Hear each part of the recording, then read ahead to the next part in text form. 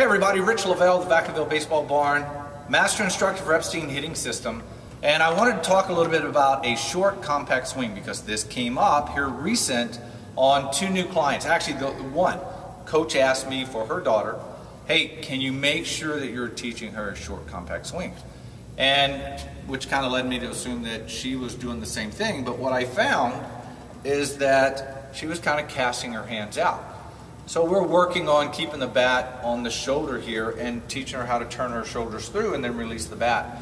The problem was, as she would create a little bit of a weight shift from a nose stride, and she would try to create that, then the hands would come out this way and she would hit, and she was always hitting in this area. Instead, now obviously a softball barrel is like this long, huge sweet spot, but we're trying to get into the sweetest part.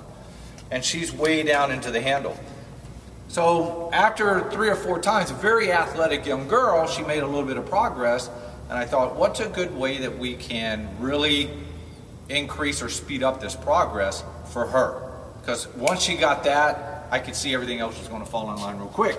So I brought this tee in, and I set it up maybe about 6 inches behind her back foot. I'm going to set it right up behind my back foot to show you that this can be done. So what does this do for us? This essentially tells me, is she casting out, and gives her immediate feedback. So if she's like this and she gets everything else set up and begins to swing, her first move is that. So her first move is this, it hits the top of the tee. I'm going to raise that up a little bit just for me. So as she casts her hands out there, and that's what would cause her to hit more down on the handle. So what I told her to do was try to keep the bat, the end of the bat, inside of that tee, so when she releases, she's more to this position there. And that's exactly what she did. It was a very simple process for her. She looked, said, oh, I can do that. She turned and came through and then pushed through and never hit the tee. Did that maybe 50 times. 1 out of 50, 2 out of 50, she might have hit the tee. Cherie stepped, got herself set up, and then just stayed again to the inside. Really, really helps out. You can continue to move this in. What you don't want to do, though, is get this too close. I'm just going to back up so I don't have to move the tee.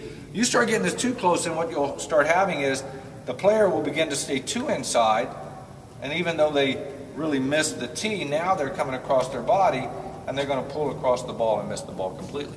So that's why you don't want to start getting too close and set it up. What you want to do is set it up in the middle of the plate, maybe about 6 inches behind their foot, maybe move it into 2 to 3 inches behind the foot, and then just kick in and make sure that that barrel is staying inside of that tee and doesn't hit it.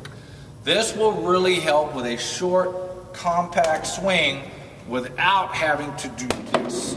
And that's that swing straight down to the ball that you're either going to smother it, ground ball, or you're going to pop it up. Hopefully this helps. I really think this will help out a lot of players staying inside the baseball and will actually shorten up, compact their swing, and increase their hand and bat speed. For other questions, check us out at vvbaseballbarn.com or subscribe, no, not or, but and subscribe to our YouTube channel, and then give us a like on Facebook.